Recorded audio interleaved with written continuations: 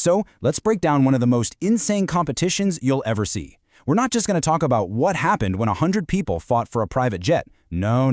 We're going to deconstruct how this whole challenge was this meticulously designed gauntlet, right? It was engineered to test every single ounce of their physical strength, their mental fortitude, and at the very end, their character. I mean, just listen to that. That one sentence sets up an absolutely unbelievable premise. The prize isn't just a pile of cash, it's the actual $2.5 million jet. So right from the jump, the stakes are life-changing, which is absolutely crucial for everything that comes next.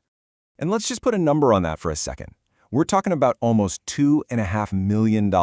This is the motivation. This is why 100 highly skilled professionals would agree to put themselves through the absolute ringer. A prize this massive, well, it's designed to make people push way past every rational limit they have. Okay, so the first phase of this whole thing is a test of pure, raw brawn. It's got nothing to do with strategy or being clever yet. This is just a brutal physical filter, and it's designed to weed out anyone who just lacks that raw power and the will to endure. The opening is basically a 1-2 punch of brute force. First up, a team challenge. You've got to pull a 40,000-pound airplane. I mean, come on. And right after that, it's an individual test where you have to stand your ground against 60-mile-per-hour winds from the jet's engines. These challenges, they're just designed to be overwhelming and to cut the field down fast. And just like that, the filter does exactly what it's supposed to do. In just 2 quick challenges, that group of 100 is just decimated. 81 pilots are gone.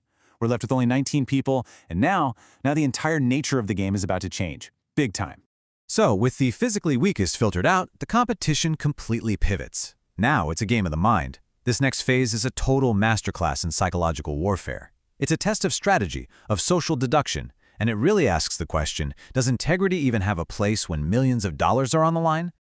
All right, so the next challenge is basically a version of the prisoner's dilemma. Here's how it works. You secretly look inside a briefcase, and then you have to convince your opponent what's inside. Their choice, whether they trust you or not, decides both of your fates. The entire setup is just engineered to create paranoia. And this is where you can actually see the strategy evolve in real time. At first, everyone played it honest, but being honest gives all the power to your opponent.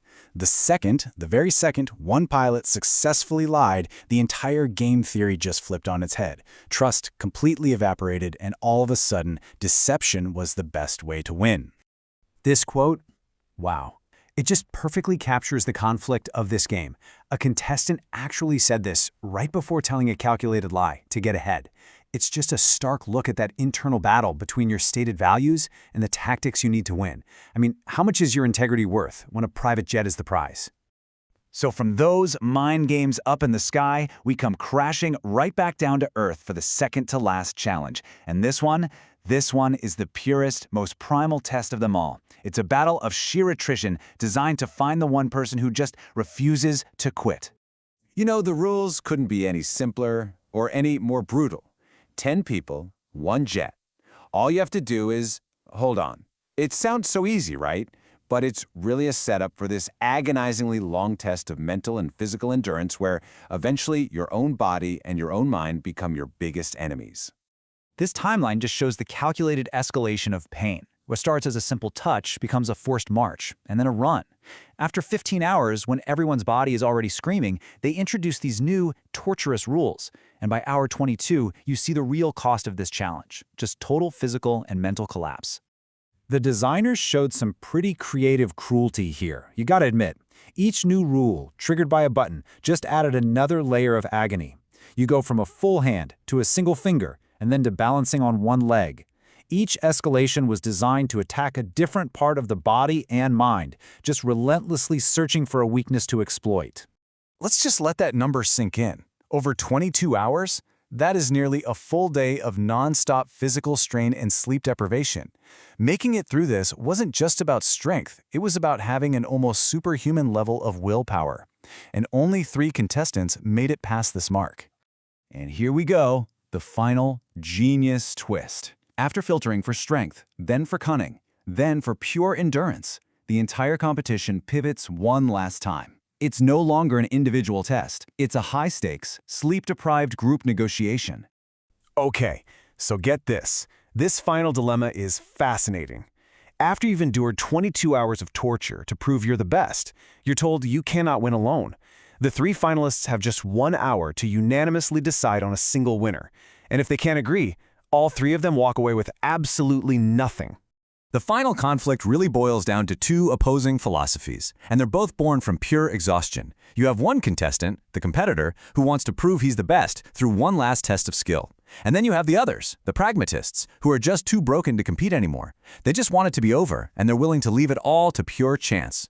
This quote right here, it just cuts right to the heart of the tension.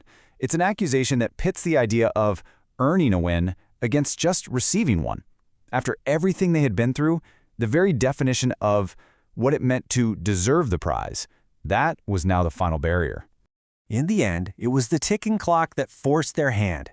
Faced with the very real prospect of everyone losing, the competitor finally gave in, and they all agreed to a simple game of luck. And then, in a surprising final act of integrity, after all the lying and the bickering, the two losers honored the agreement and took their hands off the jet. And that really brings us to the final question, doesn't it?